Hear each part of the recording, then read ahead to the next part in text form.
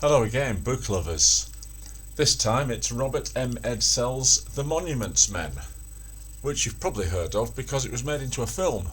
I got it because it was on the list of recommendations, and I'm an amateur history buff, so although World War II is not my period, I've read plenty of interesting stuff about it, so give it a go. I learned that Canterbury Cathedral was filled with dirt to try to stop any bomb damage, and that the centre of operations of the newly formed team of Monuments Men was in Shrivenham in Gloucester, which I know because I've cycled through it many a time. This tells the story of the Monuments Men as they walk, sort of mopping up after the advances of the Allies, especially General Patton, through Europe, trying to save the precious artwork which has been looted, if not destroyed, by the Nazis, so they have to track it down. We learn a lot about some unsung heroes of protecting the artworks of the Louvre, for example, which involves a masterclass in using bureaucracy to protect the Bayeux tapestry. I learned what the USA's longest battle in history was. And, speaking of Patton, that despite his tough, rugged reputation, even he had to throw up on entering the hors d'oeuvre work camp. In fact, it is noted that the common soldiers couldn't eat for days either after having seen Buchenwald.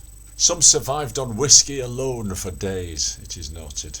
And in that little magpie-like collection of facts, I think I've extracted the best of the book for you, because these odd little historical corners aside, and there's a kind of atmospheric idea of going through the war-smashed cities, but despite that, there isn't really much of a story, truth to tell. I used to get a resume of the British News sent over, and it had a section called Boring But Important, and I guess this would fall into that category.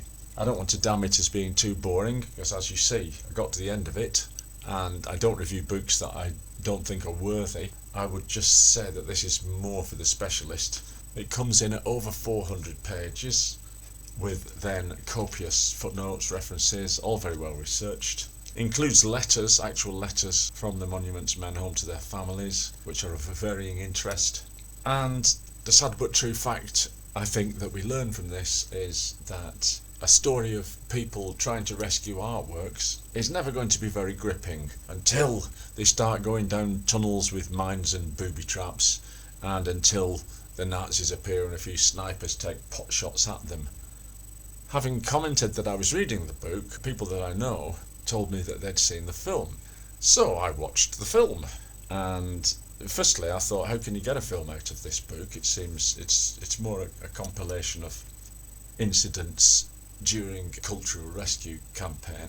As you've seen, we learn a few nice odd facts about the war and the personalities of the people, none of whom, I have to say, sprang off the page in this telling.